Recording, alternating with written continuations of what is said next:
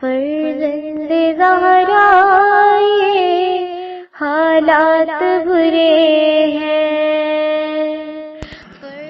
کاشانہ بصیرت ایک ایسا مکمل یوٹیوب چینل جس پر محروم بصارت کے لیے بالخصوص اور تمام افراد کے لیے بالعموم سینکڑوں کی تعداد میں اسلامی کتب دستیاب ہیں۔ لہذا گزارش ہے کہ آپ اپنی ذمہ داری نبھاتے ہوئے کاشانہ بصیرت کو سبسکرائب کرنے کے ساتھ ساتھ بیل آئیکن کو پریس کیجیے تاکہ آپ علم کے حصول کے ساتھ ساتھ مذہب اہل بیت کی اشاعت میں بھی اہم کردار ادا کرتے رہیں۔ کاشانہ بصیرت۔ فرزند زہرا یہ حالات برے ہیں۔ اعوذ باللہ من الشیطان الرجیم، بسم اللہ الرحمن الرحیم۔ رب اشرح لی صدری ویسر لی امری واحلل عقدۃ من لسانی یفقہوا قولی۔ کاشانہ بصیرت کے قابل احترام سامعین، السلام علیکم ورحمۃ اللہ وبرکاتہ۔ تفسیر الکوثر جلد نمبر 1 کی ریڈنگ کا پارٹ نمبر 44۔ وَاذْكُرُوا اللَّهَ فِي أَيَّامٍ مَّعْدُودَاتٍ فَمَن تَعَجَّلَ فِي يَوْمَيْنِ فَلَا إِثْمَ عَلَيْهِ وَمَن تَأَخَّرَ فَلَا إِثْمَ عَلَيْهِ لِمَنِ اتَّقَىٰ وَاتَّقُوا اللَّهَ وَاعْلَمُوا أَنَّكُمْ إِلَيْهِ تُحْشَرُونَ۔ اور گنتی کے ان چند دنوں میں اللہ کو یاد کرو، پھر کوئی جلدی کر کے 2 ہی دن میں چلا گیا تو کوئی حرج نہیں، اور کچھ دیر زیادہ ٹھہرے تو بھی کوئی گناہ نہیں۔ یہ اس شخص کے لیے ہے جس نے پرہیز ہے، اور اللہ کا خوف کرو اور جان لو کہ ایک دن اس کے حضور پیش کیے جاؤ گے۔ تفسیر آیات۔ ایام معدودات، چند دنوں سے مراد ایام تشریق ہے، یعنی ذی الحجہ کی 11، 12 اور 13 تاریخ۔ ان ایام میں حاجی کو منی میں ٹھہرنا ہوتا ہے، اور احادیث کے مطابق 15 نمازوں کے بعد درج ذیل اذکار کا ورد کیا جاتا ہے۔ اللہ اکبر، اللہ اکبر، لا الہ الا اللہ، واللہ اکبر، اللہ اکبر، وللہ الحمد، اللہ اکبر، علی ما ہدانا اللہ، اللہ اکبر، علی ما رزقنا من بہیمۃ الانعام۔ اصول کافی جلد 4 صفحہ 516 کا ریفرنس۔ اگر کوئی حاجی 3 دن کے بجائے 2 دن ٹھہرے تو کوئی گناہ نہیں، اور اگر 3 دن پورے کرے تب بھی بہتر ہے۔ احادیث کی روح سے منی میں صرف 2 دن ٹھہرنا اس شخص کے لیے کافی ہے جس نے حج میں کوئی خلاف ورزی نہ کی ہو، لیکن اگر وہ کسی خلاف ورزی کا مرتکب ہوا ہے تو اسے پورے 3 دن منی میں ٹھہرنا ہوگا۔ چنانچہ لمن اتقیٰ کا یہی مفہوم لیا گیا ہے۔ ہیڈنگ احادیث۔ مروی ہے کہ حضرت امام جعفر صادق علیہ السلام نے لیس علیکم جناح ان تبتغوا فضلا من ربکم کی تفسیر میں فرمایا، یہاں فضلہ سے مراد روزی ہے۔ بنابری حج کا احرام کھولنے کے بعد موسم حج میں خرید و فروخت کرنے میں کوئی حرج نہیں ہے۔ الوسائل جلد 11 صفحہ 60۔ حضرت امام جعفر صادق علیہ السلام نے ربنا آتنا فی الدنیا حسنۃ وفی الآخرۃ حسنہ کے بارے میں فرمایا کہ لفظ حسنۃ سے آخرت میں اللہ کی خوشنودی اور جنت، جبکہ دنیا میں اچھی معیشت اور اچھا اخلاق مراد ہے۔ واللہ سریع الحساب کے بارے میں حضرت علی علیہ السلام سے مروی ہے کہ وہ مخلوق کا حساب ایک ساتھ چکائے گا جس طرح سب کو ایک ساتھ روزی عطا فرماتا ہے۔ تحقیق مزید۔ الکافی جلد 4 صفحہ 516، التہذیب جلد 5 صفحہ 269۔ وَمِنَ النَّاسِ مَن يُعْجِبُكَ قَوْلُهُ فِي الْحَيَاةِ الدُّنْيَا وَيُشْهِدُ اللَّهَ عَلَى مَا فِي قَلْبِهِ وَهُوَ أَلَدُّ الْخِصَامِ وَإِذَا تَوَلَّى سَعَىٰ فِي الْأَرْضِ لِيُفْسِدَ فِيهَا وَيُهْلِكَ الْحَرْثَ وَالنَّسْلَ والله لا يحب الفساد وإذا قيل له اتق الله أخذته العزة بالإثم فحسبه جهنم ولبئس المهاد۔ اور لوگوں میں کوئی ایسا بھی ہے جس کی گفتگو دنیا کی زندگی میں آپ کو پسند آئے گی، اور جو اس کے دل میں ہے اس پر وہ اللہ کو گواہ بنائے گا، حالانکہ وہ سخت ترین دشمن ہے۔ اور جب وہ لوٹ کر جاتا ہے تو یہ سر توڑ کوشش کرتا پھرتا ہے کہ زمین میں فساد برپا کرے اور کھیتی اور نسل کو تباہ کر دے، اور اللہ فساد کو پسند نہیں کرتا۔ اور پھر جب اس سے کہا جائے خوف خدا کرو تو نخوت اسے گناہ پر آمادہ کر دیتی ہے، پھر اس کے لیے جہنم ہی کافی ہے اور وہ بہت برا ٹھکانہ ہے۔ تشریح کلمات: العدو، لام دال دال، دشمنی رکھنے والا، جھگڑالو۔ العزت، عین ز، غرور اور نخوت کے معنوں میں ہے۔ تفسیر آیات: اگرچہ یہ آیت ایک منافق اخنس ابن شریق کے بارے میں نازل ہوئیں اور اس شخص کے اندر وہی مذموم اوصاف موجود تھے جو آیت میں مذکور ہیں، لیکن تفسیری اصول میں ایک کلیہ ہے کہ فَإِنَّ الْاعْتِبَارَ بِعُمُومِ اللَّفْظِ لَا بِخُصُوصِ السَّبَبِ۔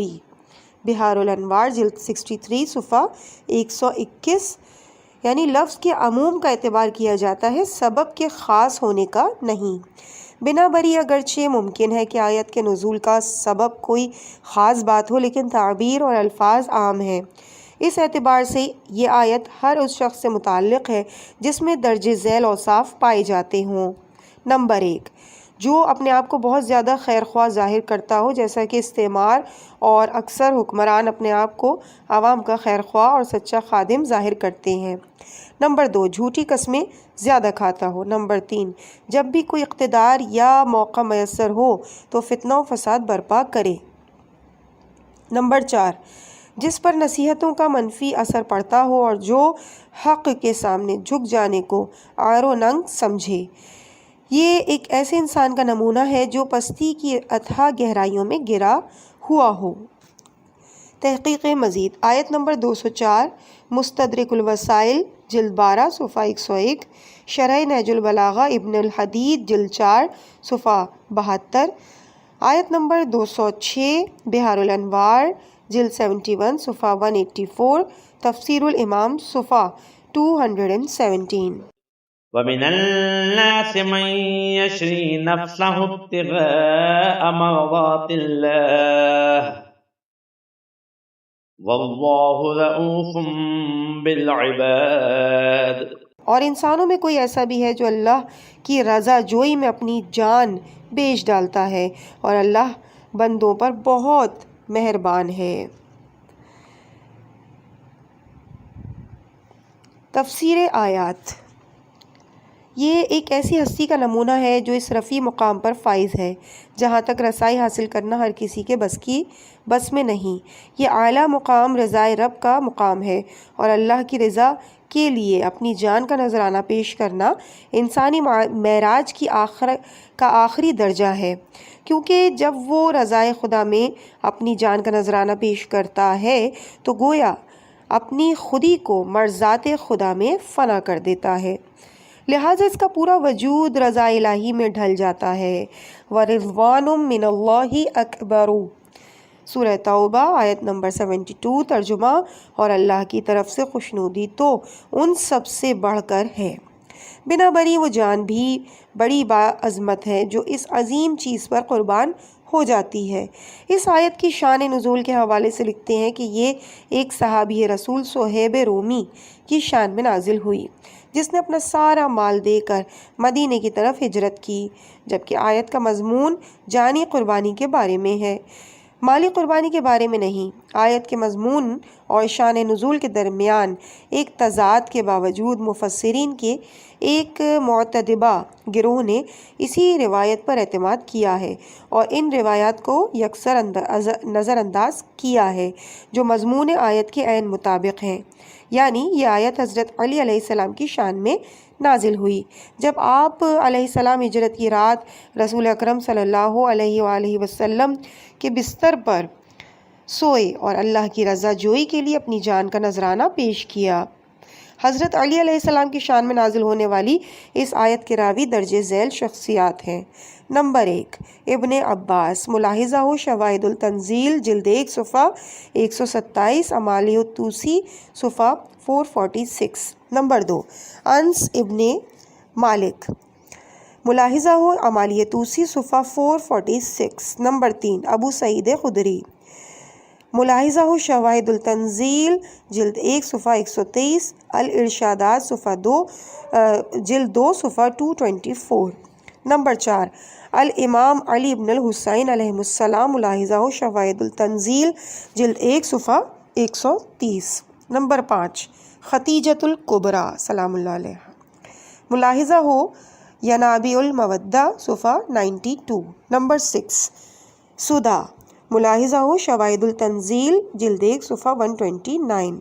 نمبر 7، الامام الحسن علیہ السلام، ملاحظہ ہو تذکرۃ السبت صفحہ 115، شرح نہج البلاغہ جلد 2 صفحہ 103۔ ابو جعفر اسکانی راوی ہے کہ معاویہ نے سمرہ بن جندب کو 1,00,000 کی پیشکش کی کہ یہ آیا وَمِنَ النَّاسِ مَن يُعْجِبُكَ علی کی مذمت میں، اور آیا وَمِنَ النَّاسِ مَن يُشْرِي نَفْسَهُ ابن ملجم کی شان میں نازل ہونے کی روایت جعل کی جائے۔ سمرہ نے انکار کیا، 2,00,000 کیا گیا، انکار کیا، 3,00,000 پر بھی انکار کیا، آخر میں 4,00,000 کرنے پر راضی ہو گیا اور روایت جعل کی۔ ملاحظہ ہو شرح نہج البلاغہ جلد 4 صفحہ 72۔ يا أيها الذين آمنوا ادخلوا في السلم كافة ولا تتبعوا خطوات الشيطان إنه لكم عدو مبين فإن زللتم من بعد ما جاءتكم البينات فاعلموا أن الله عزيز حكيم۔ اے ایمان والوں، تم سب کے سب دائرۂ امن و عشتی میں آ جاؤ اور شیطان کے نقش قدم پر نہ چلو، یقیناً وہ تمہارا کھلا دشمن ہے۔ اور اگر ان سری نشانیوں کے تمہارے پاس آنے کے بعد بھی اگر تم لڑکھڑا جاؤ تو جان رکھو کہ اللہ بڑا غالب آنے والا با حکمت ہے۔ تشریح کلمات: السلم، سین لام میم، امن، صلح اور آشتی۔ ایک اور جگہ فرمایا وَإِن جَنَحُوا لِلسَّلْمِ، سورہ انفال کی آیت نمبر 61، اور اگر وہ صلح اور آشتی کی طرف مائل ہو جائیں۔ کافتن، کاف فا فا، پوری جماعت، سب کے سب۔ تفسیر آیات: خدا اور رسول صلی اللہ علیہ وآلہ وسلم پر ایمان لانے کے بعد مومنین کے لیے ایک دعوت عام ہے کہ وہ بلا استثناء سب کے سب امن و سکون و صلح و آشتی کے دائرے میں داخل ہو جائیں۔ السلمی اور کافتہ سے معلوم ہوتا ہے کہ اللہ تمام مومنین کو ایک ہی جماعت کے اندر امن و سکون سے رہنے اور آپس میں ہر قسم کی جنگ و جدال سے اجتناب کرنے کی دعوت دے رہا ہے۔ نمبر 1، خدا پر ایمان کے بعد ظلم و زیادتی جیسے گناہوں سے بچیں اور اپنے ضمیر و وجدان کے مطابق عمل کر کے نفسیاتی طور پر امن و سکون حاصل کریں۔ الذین آمنوا ولم یلبسوا ایمانہم بظلم اولئک لہم الامن، سورہ انعام کی آیت نمبر 82۔ ترجمہ: جو ایمان لائے ہیں اور انہوں نے اپنے ایمان کو ظلم سے ملوث نہیں کیا، یہی لوگ امن میں ہیں۔ نمبر 2، اللہ تعالیٰ کے احکام کی اطاعت کر کے اس کی شریعت کے ساتھ عملی مخاصمت سے اجتناب کرو۔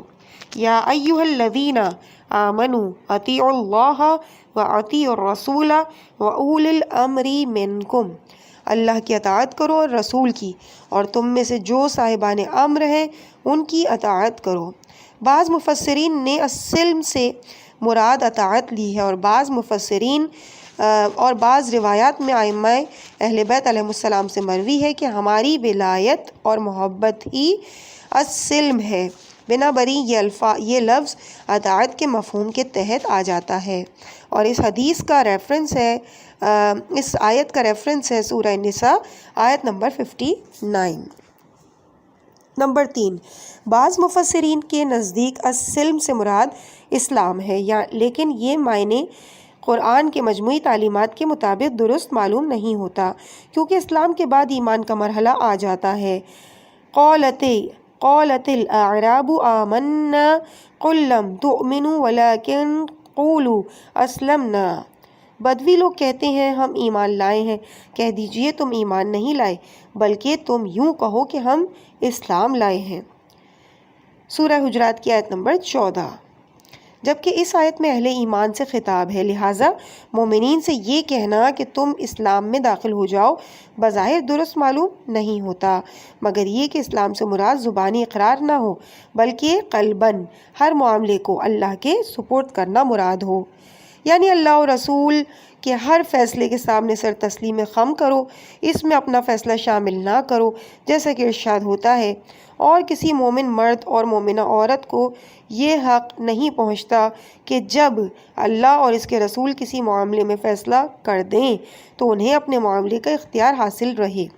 ہاں، اس اسلام اور تسلیم میں داخل ہونے کے بعد ہر طرح سے امن و سلامتی ہوگی، جیسا کہ مروی ہے کہ پیغمبر اکرم صلی اللہ علیہ وآلہ وسلم نے ارشاد فرمایا، مسلمان وہ ہے جس کے ہاتھ اور زبان سے دوسرا مسلمان محفوظ رہے۔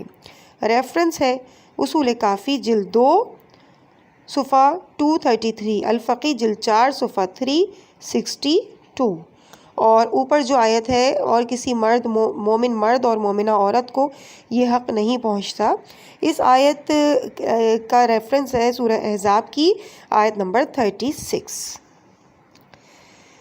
اس کے بعد ارشاد ہوتا ہے کہ لا تتبعوا خطوات الشیطان، شیطان کے نقش قدم پر نہ چلو۔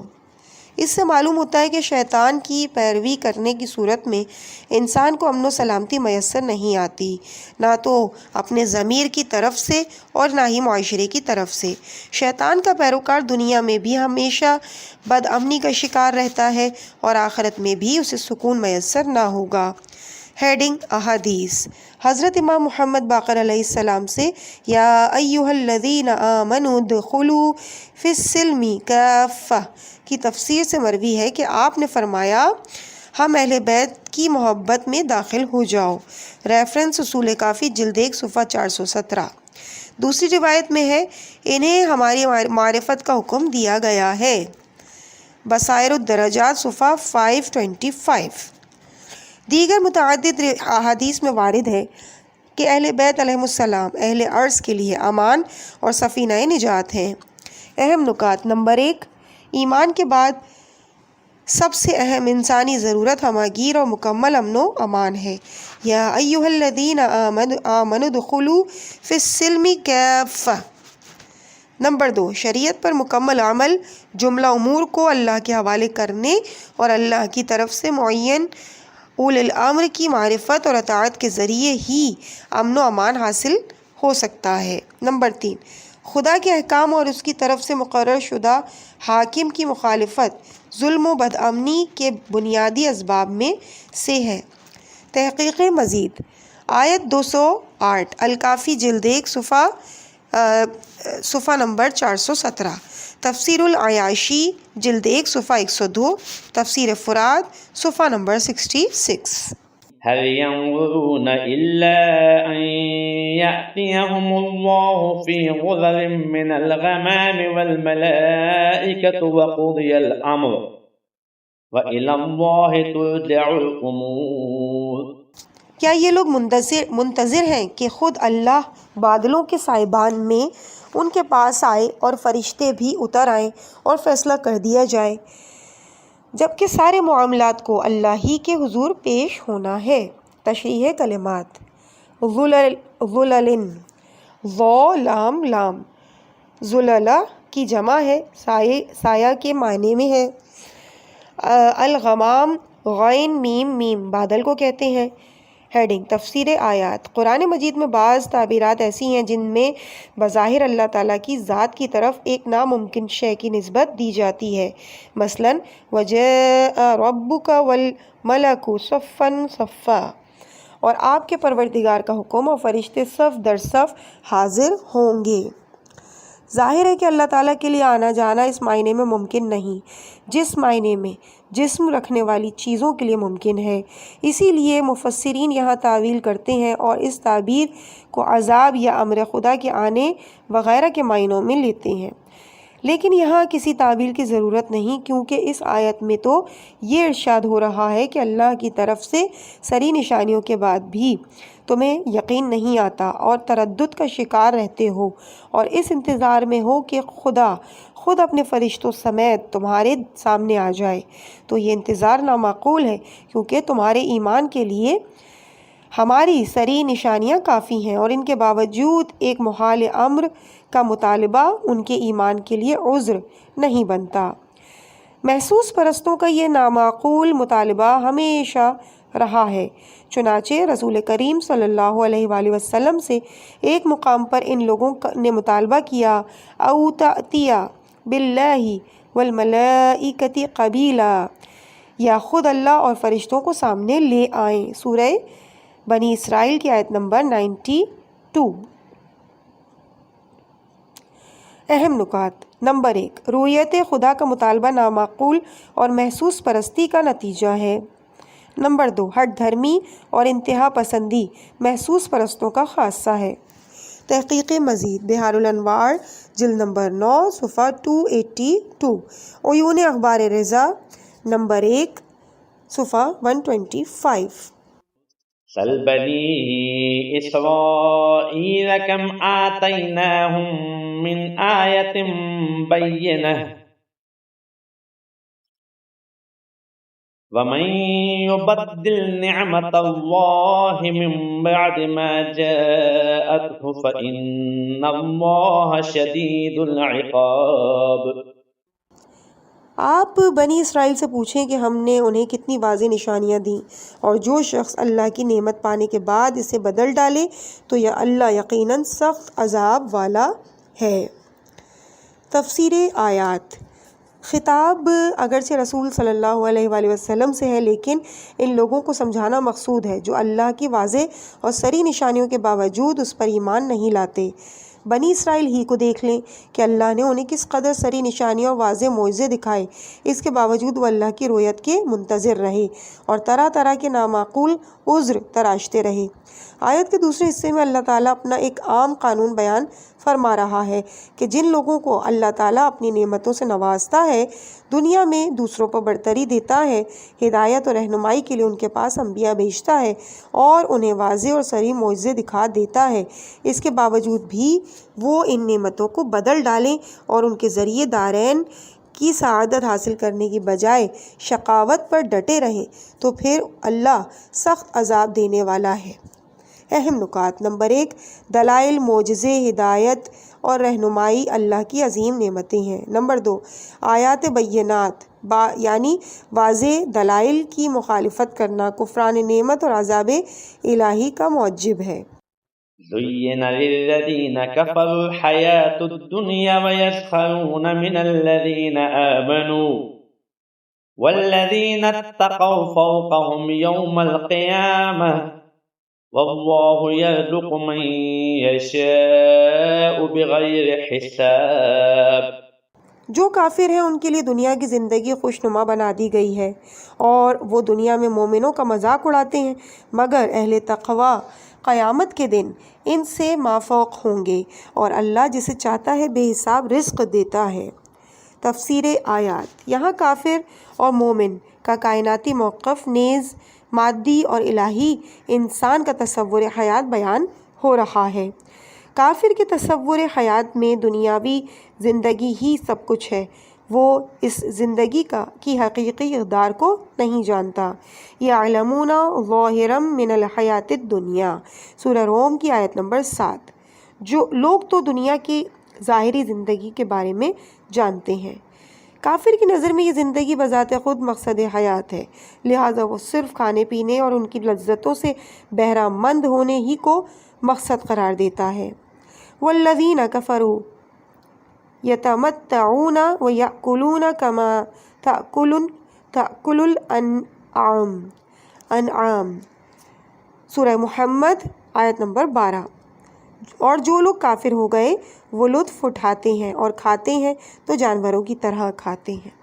ایسے لوگ انسانی اقدار کو نہیں جانتے اور نہ کسی معیار و میزان سے آشنا ہے، وہ خواہشات کے غلام اور لذتوں کے بندے ہیں۔ اس مادی پست اور حقیر کسوٹی کے مطابق وہ ہر چیز کو پرکھنے کے عادی ہیں، چنانچہ اسی معیار کے مطابق وہ مومنین کو حقیر سمجھتے اور ان کا مذاق اڑاتے ہیں۔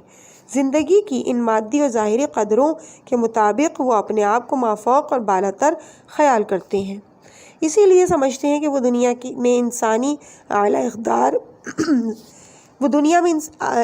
اعلی اقدار کے ساتھ زندگی بسر کر رہے ہیں، اور آخرت میں ابدی اور دائمی زندگی میں بھی اپنے آپ کو بالا اور والا تصور کرتے ہیں۔ اہم نکات: نمبر 1، معنوی اقتدار میں مادی اقتدار کو ترجیح دینا کافرانہ سوچ کا شاخسانہ ہے۔ نمبر 2، اہل ایمان دنیا کی رنگینیوں سے دھوکہ نہیں کھاتے۔